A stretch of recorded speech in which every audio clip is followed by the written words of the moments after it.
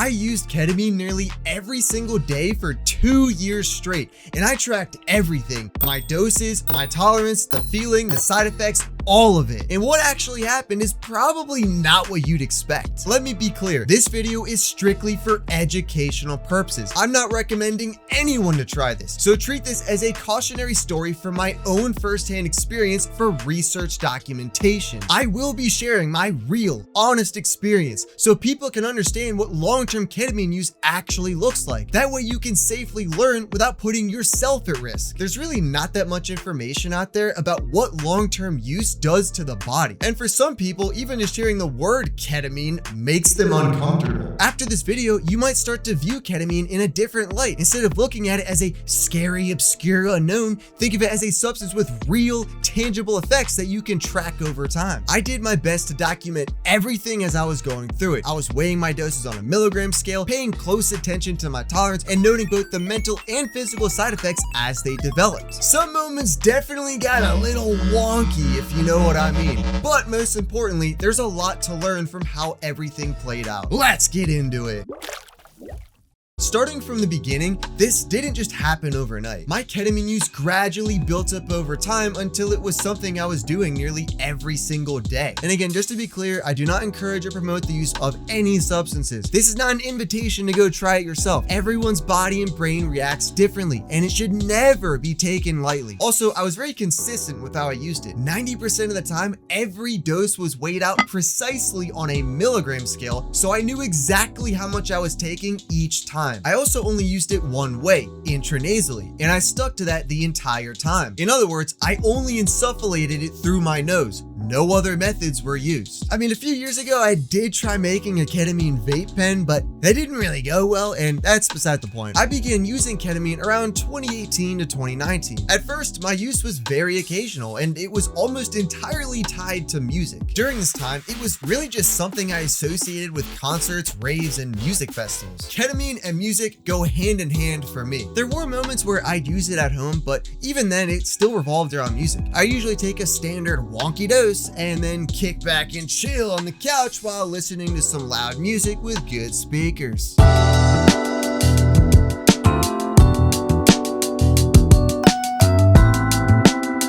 Or sometimes I would take a K-hole dose, put headphones on, and close my eyes while laying down, slowly drifting off into a deep dissociative state where reality dissolves as my consciousness flows away.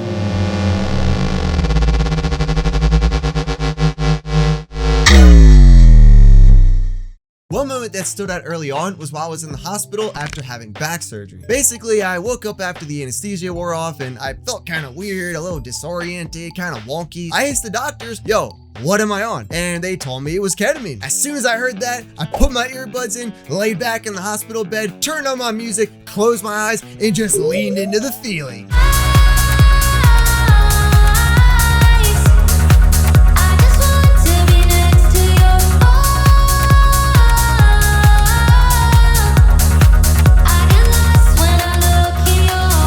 Anyway, most of my ketamine use during this period in my life took place at live music events. Whether it was concerts or music festivals or raves or whatever in between, this is where I was using it the most, and almost exclusively at those events. But then COVID hit and everything changed. All the concerts, festivals, and raves were canceled, so that environment basically disappeared overnight. However, around the same time, a lot of artists started performing live sets online, which were full virtual music events live streamed on YouTube and Twitch. So instead of going out to a festival, I'd be watching these live concert sets at home instead. A slightly different environment, but within the same context of music. Also, you didn't have to wear that stupid COVID diaper face mask because you were in your own home. Even though the physical environment changed, the core pattern stayed the same. Music first, ketamine second. Eventually, in-person events started becoming normal again, and things slowly shifted back towards how they used to be. But before ketamine became something I was doing nearly every day, there was one moment that really stands out as the first time my usage noticeably increased. And again, I'm not recommending or encouraging it, I'm just explaining what happened in my situation. Basically, I'm an avid cannabis user and I smoke weed like every day. But at one point, I decided to take a tolerance break from consuming THC. During this break, I ended up using ketamine more frequently as a substitute. Since I couldn't use weed, I used ketamine instead. Did a little switcheroo and boom, that's how it be. Throughout this stretch, I used ketamine every single day for over a week straight, and this was the first time I had used it for more than like a weekend. Up until this point, my use had always been occasional, tied to specific events or spaced out over time, but this was the first instance it had become something I was doing consistently day after day. Every day. I mean, every day. At the time, it didn't really feel like a big deal. It just felt like a temporary substitute for cannabis. But in hindsight, that week was an early indicator that my ketamine use could shift from occasional to habitual. Now, keep in mind, increasing use like this is where dangers can escalate quickly, and this is not something I advise replicating in any form. After my short tolerance break from cannabis was over, I went back to smoking weed every day, and my ketamine use reverted back to my normal pattern of occasional music enhancement. However, that 1 week stretch planted a seed. It showed me that using ketamine multiple days in a row was possible, and that it could be incorporated into my daily routine if I chose that path. But just because something feels manageable doesn't mean it's risk-free. I do not recommend or endorse this behavior for normal people. Over the next several months, I started experimenting more and more until the occasional use began evolving towards something more consistent. What used to be something I only did in certain contexts and environments began taking place more casually and frequently at home. Instead of waiting for a concert or a music festival to happen, I would just randomly decide to do it on any given night until it gradually became something I was doing several times a week. At this time, my usage varied a bit. There may be a week or two where I used it every night, or there may be a week or two where I didn't use it at all. And that's kind of where things sat for over a year. But most of the time, it wasn't that extreme. It was just a few times a week and that was that. But even at that level, the usage pattern was already established. And once that baseline starts to form, it becomes a lot easier for the frequency to increase from there. For many people, this is where self-control begins to fade, even if it doesn't feel like it at the time. Shortly thereafter, I started to find myself using K almost every day. Ketamine had become a regular part of my daily routine, but when I say daily, I really mean nightly. Even at my peak usage, ketamine was never something I did all day, every day. Essentially, every time I used it, it was in the evening or at night after all my responsibilities were taken care of for the day. It was never something I would just wake up and do all day long. I like to be present, okay? I don't want to just dissociate at all times 24/7. My use wasn't mindless. It was structured around my life. I made sure it didn't interfere with work, social obligations, or basic responsibilities. And that's an important distinction. This was not an addiction I was chasing constantly. Rather, it was something I would indulge in at the end of the day as part of my nightly chillaxing ritual. It's not like I'm out here wonking and donking around town all day. That's not how it be. It's just at the end of the day, I like to chill a little, man. You know, kick back, relax, decompress a little bit. I'm not hurting nobody, just a little, you know, that's it. Some people like to smoke weed after a long day. Some people enjoy drinking a beer to wind down. I like to do both of those, but I also like ketamine. But of course, this is just my personal preference. I'm not suggesting anyone do this. Other than just casual chilling, I would still indulge in ketamine at live music events. Those events are really the only times that my usage would skyrocket. For a concert on an off-night occasion, I might take anywhere from a half gram to a full gram. For a multi-day music festival, I usually blow through a few grams or so, and typically there are many other substances involved, low-key. Regardless, I always make sure to do it in a controlled, safe environment, preferably with friends around as well. And even then, I'm not glorifying my use in any way. When I'm just using it on a normal night, I take on average 1 to 5 bumps of 25 to 45 milligrams. More dosages later. Looking back, I can see how the habit firmly embedded itself into my nightly routine. At this point, ketamine was no longer tied to a special event or a rare occasion. It was now part of my daily life. Fast forward 2 years later, that pattern has remained.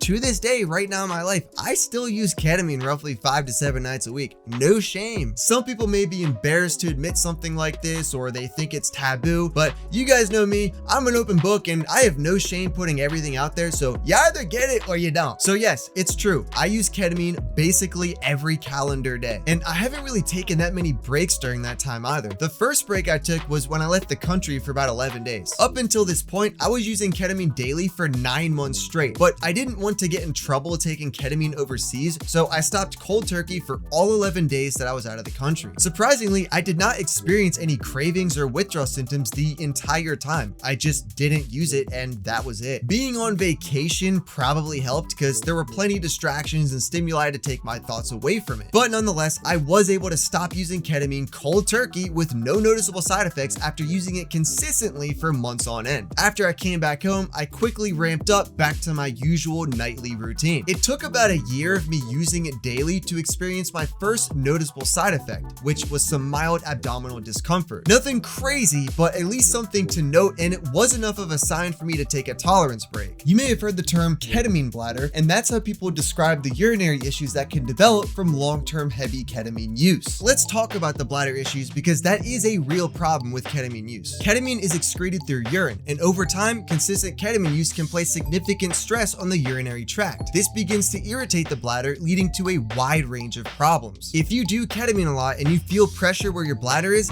that's called a K-cramp. Another long-term side effect is that for some people, it makes them feel like they have to constantly pee all the time, or it could lead to burning or discomfort while urinating. You're gonna have to wait. I have to tinkle. If these problems continue, it can progress into ulcers, scarring of the bladder, or reduced bladder capacity, which means you struggle to hold in your pee and you need a diaper. Wait, are these adult diapers? Or in severe cases, permanent damage may need surgery. Now, luckily for me, I haven't really experienced any of those side effects. The only one that I've experienced to a small degree is the K-cramps. It's hard to explain, but if I use ketamine daily for several months in a row, eventually I start to get an early warning sign, which I describe as subtle bladder awareness. It's not really pain, and it's not even really a cramp either. It's like this feeling where my bladder is just saying to me, hey, I'm here. When I start becoming more cognitively aware of my bladder, in the sense that I would feel my bladder more than I should, that's a signal to me to slow down my usage. Not because something is seriously wrong, but because I've learned that this is the earliest point that I can step in and do something before damage becomes irreversible. A similar concept would be with your lungs if you smoke. Let's say you vape a lot, or you smoke a lot of cigs, or you like hitting the grab bong, whatever it may be, you may start to notice that you're frequently coughing throughout the day even when you're not smoking. It doesn't necessarily mean that something is seriously wrong in that exact moment, but it is your body telling you that it's not quite feeling 100%. So when my bladder starts giving me early warning signs, that's what I use as a signal to begin pulling back before something serious can occur. For me, it's an odd sensation of a mild pressure and awareness in my lower abdomen. Not sharp pain, not burning, more like a persistent I can feel my bladder exists type of sensation. Because you're not really supposed to feel your bladder. It kind of just silently exists with your other organs inside your body. But oddly enough, when I do enough ketamine enough days in a row, at a certain point I become more aware of the existence of my bladder, and it's kind of distracting and annoying. I'm just aware of my bladder more often than I should be. Or sometimes if I'm in the car and my seatbelt is over my waist and pressing on it, it furthers the discomforting feeling. Overall, the bladder tenderness I experience is pretty light. If most people were in my situation, I can see how they might ignore these symptoms or not really think much of them. And that's when things can progress into something more serious. But in my case, I like to feel my body, and I strive to be cognitively aware of every little sensation that occurs within my sensors. Ooh, my spider sense is tingling.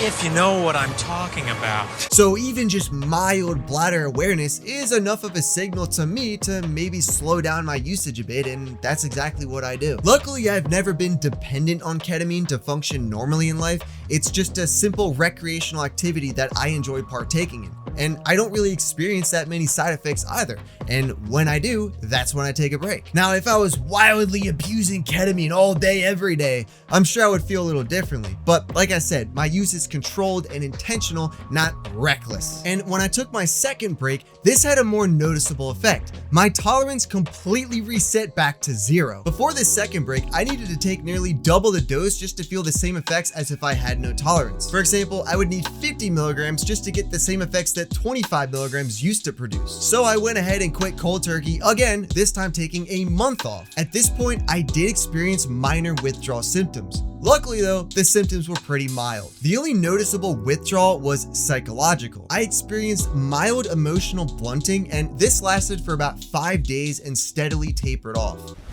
Emotional damage. During this time, my overall mood and emotions were muted. I would feel less joy, sadness, anger, or excitement than usual. My emotions were essentially flatlined. The emotional blunting didn't kick in until about 48 hours after stopping. It was strong at first, but it slowly went away during the next few days as my emotions gradually returned back to normal. Other than that, no noticeable withdrawal symptoms really occurred other than being a little more bored in the evenings. There were no intense cravings or physical physical discomfort, and the emotional blunting subsided after a few days. Overall, the withdrawal was purely psychological. Once the break ended, I returned to my nightly usage again, and now my tolerance had completely been reset. It felt like I was experiencing it for the first time all over again. The effects were stronger, and I only needed half the dose I would normally take. Also, if you're wondering, the mild abdominal bladder pain did go away after this break. Getting back into using ketamine after a month of stopping abruptly really gave me a new awareness of how it affects me, which was refreshing. A few months later, I took one more break, and again, I just decided to stop using it one day and quit for 3 weeks straight. And I'm not saying this is a good idea to randomly stop using it without tapering off. This is just how my brain operates. If I want to stop, I'll stop, and that's that. I'll deal with whatever consequences or withdrawal symptoms that follow. In my experience, I never physically got dope sick with ketamine. Everything I dealt with was purely psychological. Anyway, since then, I've continued using it 5 to 7 nights a week, and that's basically where I'm at to this day. My routine has been consistent, and while it's something I do frequently, it's structured and intentional rather than constant or mindless. That being said, just because something feels structured or controlled doesn't mean it's without risk. The long-term effects, especially outside of clinical settings, aren't fully understood, and the research on habitual ketamine use is limited. Most of the data that exists either focuses on medical use or extreme cases, which doesn't align with how I use it. There's just not that many studies on consistent real-world patterns like myself. So that's why it's important to understand how things can change over time and the dangers that come with it. I understand the risks involved every time I use it, and that's why I try to be as responsible as possible. For example, I weigh every single dose I take on a milligram scale, and I write it down to calculate exactly how much I'm consuming each day. In fact, here are the note cards that I use to keep track of every single dose. As you can see, there's a lot of numbers written down on these cards. Basically, I start by recording the date, and then every number that follows within each box represents the amount of milligrams I insufflated per dose. So you'll see the date and then each dose I took. Then I add up each number and keep track on my computer of the total amount I consumed per day. The only times I would not record my dose is if I was at a music festival or concert, because for those I'm just taking bumps out of a baggie in the middle of a crowd. But outside of those situations, everything was tracked, and over time, these numbers started to tell a very clear story. I could literally see my tolerance building in real time. Once my tolerance starts to double, that's usually how I knew it was a good time to take a break. When you're taking nearly double the amount for the same effect, that's a pretty clear signal that your body has adapted. But usually for me, taking 3 to 4 weeks off would bring my tolerance back to baseline. And again, I'm not recommending this pattern. This is just what I've personally observed over time. The only other instance that would prompt me to take a break is if I started having mild abdominal feelings, because, I'm not trying to mess up my bladder. Interestingly enough, even though I solely use ketamine intranasally, I've never experienced severe nasal issues with my daily use. Any problems with my nose were mild at worst. When I use a cylinder or tube to insufflate the crushed powder properly, it doesn't really scratch my nasal cavities at all. However, if I had a small spoon scooper and did bumps by sniffing it at the tip of my nose, that would cause a little irritation over time. Doing it frequently would dry out the inside and tip of my nose, which would make it more susceptible to scabbing up. If I'm at home though, 100% of the time I use a straw or tube. The only time I would use a spoon scooper is if I was at a live music event where it's basically my only option because I'm in the crowd, trying to, what I mean? Yo, don't mind me guys, I'm just in the crowd at a music event, having fun, don't mind me, I'm just chilling here, I'm just vibing out, I'm not doing anything, crazy or anything, I'm just chilling, don't mind me. All right, yeah, hell yeah. Hell yeah, let's f***ing go. Just to reiterate, I'm not encouraging or normalizing this pattern. This is simply an honest description documenting my personal case for research purposes. But yeah, for the most part, my nose never got bloody or scabby throughout the entire duration of my ketamine use. One exception to that was a brief period when I was on Accutane, which is a prescription treatment for acne that comes with some pretty heavy side effects. One of the side effects from Accutane is severe drying of the skin. That includes the inside of your nose. So when I was taking Accutane, I was much more susceptible to bloody noses. It wasn't anything serious, but when I would combine ketamine with Accutane, I would wake up with scabs on the inside of my septum. But this was years ago, before my daily use was even a thing. It was only a brief period during my Accutane treatment for acne. Disregarding that, for whatever reason, I don't experience a bloody nose with my current ketamine usage pattern. However, what I did notice during my ketamine use is a different kind of nasal nasal effect, and this side effect actually impacted my quality of life in a negative way. Even though I wasn't dealing with constant bloody noses or anything severe like that, I would get consistent swelling inside my nasal passages. The middle of my nose and septum were inflamed and swollen 24/7. It wasn't painful, but the inside of my nose was puffy all the time, and it made it increasingly difficult to breathe through my nostrils. I only used ketamine for a few hours max out of each day. But the frustrating part is that this side effect lasted all day long. Even throughout the entire next day, morning, afternoon, evening, my breathing would feel more limited than normal. Not to the point where I was a mouth breather or anything, but enough to be noticeable and mildly irritating. It felt like my nasal cavities were puffy and swollen on the inside, so even when I wasn't actively using ketamine, I would still feel this the following day. How we feeling today? I can't breathe through my nose. Okay, yeah, no idea what you just said. Over time, this side effect was something I dealt with fairly consistently with my frequent use, especially when using it daily, because now the side effect was affecting me daily. Over time, this side effect was something I dealt with fairly consistently with my frequent use, to the point where the side effect basically became an everyday thing. Luckily, after dealing with this side effect for a while, I found a few remedies that treated it exceptionally well. And these remedies work so well that it pretty much fixed the problem altogether, even with my current daily ketamine use. The three main treatments I use that effectively cure this problem are phenylephrine nasal spray, fluticasone propionate nasal spray, and pseudoephedrine oral tablets. All of these are legal over-the-counter medications that anyone can access without a prescription in the United States. If you snort any substance or deal with nasal irritation, these medications can be a game changer for your quality of life. The first medication that provides immediate relief is phenylephrine nasal spray. I love this stuff. You spray it in your nose and within 30 seconds, you're able to breathe again. You know, I'm addicted to nasal spray. I smell everything! I'm invincible! Phenylephrine spray is fantastic at treating nasal congestion, swollen nasal membranes, and sinus pressure. The only downside is, although it's fast acting, it's short acting, so it doesn't last that long. Also, repeated use can lead to a rebound effect, which leads to a cycle of dependency and requiring the spray just to feel normal, so don't overuse it, obviously. If you use it sparingly, it's fantastic for vasoconstricting the blood vessels in your nose, making it substantially easier to breathe. A similar nasal spray that I forgot to mention is oxymetazoline. This is stronger and lasts way longer than phenylephrine, and for a lot of people, it actually works better. The main difference is duration. Phenylephrine lasts 2 to 4 hours, while oxymetazoline lasts 10 to 12 hours. The reason I tend to stick with phenylephrine is because it gives me more control over how I use it. It's milder and wears off faster, so I'm less likely to overuse it or become dependent on it. But for people who want something a little stronger that lasts longer, oxymetazoline is the way to go. Overall, oxymetazoline and phenylephrine are my two favorites for constricting nasal blood vessels.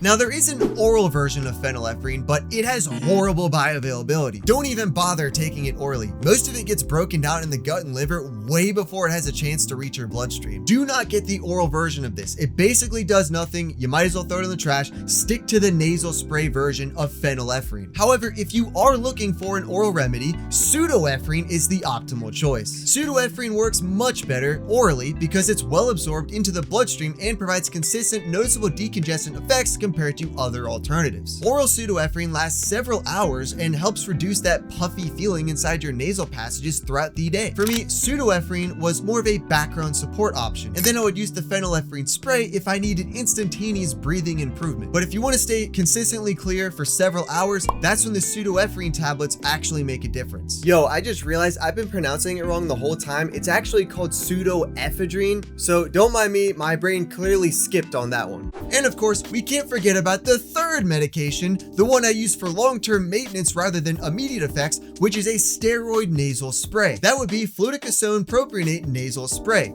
This one does not give you that instant open airway feeling like the other two do. Instead, it works by gradually reducing nasal inflammation over several days. So it's more about prevention and long-term control rather than short-term relief. This corticosteroid is something you spray in your nose once per day, and after a few days of using it, I noticed that the baseline irritation of my nasal cavities is significantly reduced. For me, fluticasone acts as a stabilizer. Using this steroid spray daily lowers the background inflammation so so much so that I don't even really need to use the other 2 treatments anymore unless it's an emergency or I need extra immediate relief for whatever reason. This steroid spray is superb because it assists in reducing the overall underlying inflammation as a whole. Also, I learned pretty quickly that consistency matters with it. If I used it every day, the inflammation stayed relatively under control. But if I skipped it for a few days, I would slowly feel that puffy sensation creeping back up again, making it harder to breathe. And by the way, if you're putting any substance through your nose, these medications can absolutely be a game changer for quality of life. This is not exclusive to ketamine. Snorting any type of drug, whether it be stimulants, dissociatives, opiates, hallucinogens, whatever, it's not good for your nose. So naturally, anything that helps reduce inflammation, clear out the nasal passages, or support recovery is going to have a noticeable impact on how your nose feels at all times. Your nose is meant for breathing oxygen, not vacuuming crystals. And that's why I use these medications to help mitigate the nasal side effects that snorting drugs yield. This is not medical advice. I'm not promoting anything. Okay, I'm not glorifying anything. I'm just giving you the facts and telling you what works for me. So at this point, I've dialed in a personal routine when it comes to managing all this. I use the steroid nasal spray once per day. Basically, I just spray it one time in each nostril, and that's what really helps keep the baseline inflammation under control. On top of that, I have the phenylephrine nasal spray for immediate relief. That's what I'll use acutely if my nose is overly clogged and I need to breathe normally right away. Other than that, I do use oral pseudoephedrine, but this one I don't use as much as the other 2. If it's one of those days where my nasal passages are abnormally swollen, I'll just pop a pill of pseudoephedrine and it helps keep the swelling down for several hours. I'll provide Amazon links to all of these legal over-the-counter health remedies if you want to check them out yourself. This is not medical advice and I'm not recommending anything. This is simply my personal routine from what I've observed from my own experience. Oh, I also should mention that I only use my right nostril to insufflate substances. Sticking to just one nostril keeps the irritation localized to a single side, so at least I'm not dealing with both sides being super inflamed all the time. Not to inflame this situation beyond the facts. Nevertheless, another thing I wanted to touch on is ketamine's interactions with other compounds. Obviously, it is generally not recommended to combine ketamine with other downers such as alcohol, benzos, etc. Do not do that. I don't like combining it excessively with alcohol or other depressants because it will make the effects much heavier and give me the spins, making me feel dizzy and uneasy. When it comes to just basic supplements and vitamins I use, I haven't really noticed any severe interactions that cause issues. However, one exception though is agmatine sulfate. For whatever reason, when I combine agmatine with ketamine, I get a really intense, lingering headache that just does not go away no matter how much water or painkillers I take. But aside from that, I haven't really noticed any major interactions with standard supplements, and I take a lot of them. Anyway, every 6 months or so, give or take, is enough time to warrant me taking a 2 to 4 week break from using ketamine. Taking 15 to 30 days off is seemingly enough time to completely reset my tolerance as well as give my bladder the time it needs to heal and return back to normal. At this current time, I tend to use on average 1 to 5 doses of 30 to 45 milligrams roughly 5 to 7 nights a week. I usually continue that usage pattern for about 6 to 9 months and then I'll take a 2 to 4 week break. And I think that's kind of where my usage will continue for the foreseeable future. Sometimes I like to walk out with my cat as well while I'm on ketamine. Nothing better like K-holing with a cat in your lap. This is just my personal anecdote. Do not take this as instructions or advice. Now, I should point out that I'm probably still susceptible to histological damage, which is damage at the microscopic level. Right now, I pretty much do everything based off feeling, so it's difficult to judge damage that can only be seen under a microscope. Researchers still don't fully understand how ketamine damage develops over time. That's part of why I'm open about sharing my experience in case it can be useful to others. There's not that much data on this. It's still being studied whether the damage is more tied to dosage, frequency, individual biology, or some combination of all those factors. What is clear from the medical literature though is that heavy and repeated use has been associated with the condition often referred to as ketamine bladder. So don't get it twisted. Bladder issues are a real problem with some users, and in more severe cases, it can become irreversible and require surgery. That being said, I get almost no noticeable side effects with my current usage pattern. But then again, I wouldn't really say I'm abusing ketamine to begin with. Yes, I use it every calendar day. Yes, I use it frequently, but am I abusing it recklessly? No, not even close. I probably consume close to 30 different substances every day, but everything is calculated calculate it, and I'd keep track of everything, okay? And that includes many anti-inflammatory supplements, which could be safeguarding my bladder and making it more resilient than the average person. There is a difference between responsible usage and reckless random behavior. I listen to my body and pay close attention to early warning signs. I then use that as feedback to act accordingly and do what I need to do to prevent long-term issues. Every single day, I take supplements such as turmeric curcumin, magnesium glycinate, zinc, omega-3 fish oil, vitamin D, vitamin K, vitamin C, B vitamins, probiotics, taurine, ashwagandha, and plenty more. Lately, I've also been experimenting with peptides. One in particular I've been using is GHKCU, which I literally inject into my belly fat with a needle. GHKCU is a naturally occurring copper peptide used for anti-aging, wound healing, and cellular regeneration. While there is no direct evidence that it helps mitigate ketamine damage, you know it can't hurt, right? I also plan on testing BPC 157 and TB 500 and probably other peptides in the near future, so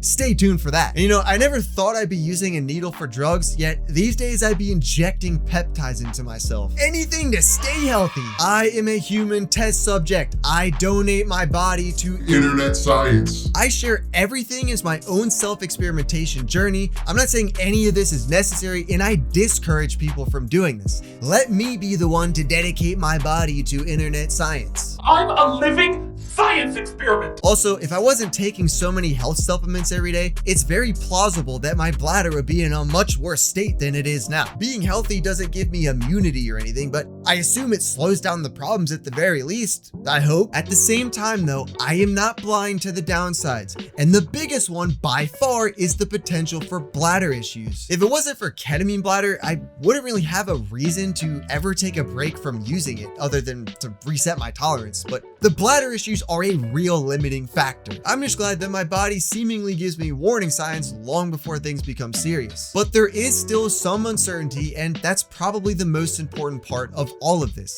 The danger isn't always immediate. You don't truly understand your own threshold until you cross it. And by the time something becomes clearly noticeable, you may already be well past the point where you can fix things. For me personally, I've tried to operate with a mindset of tracking, observing, and adjusting based on feedback loops, whether that's tolerance, nasal inflammation, bladder awareness, or just general changes in how my body responds over time. But even with all of that tracking, it doesn't eliminate the risk. It just helps me notice patterns earlier than I otherwise might. Awareness does not equal safety. It just gives you more information to make decisions with. As of right now, I still do ketamine basically every night. It will be interesting to see how my usage continues to evolve over time. Who knows, maybe I will have severe side effects down the line. We'll just have to see. If anything happens to me in the future, you'll be the first to know right here on this channel. And remember, these videos are not meant to normalize or encourage any substance use behavior. If anything, the goal is awareness of potential risks over time. Overall, ketamine is easily in my top 5 substances of all time.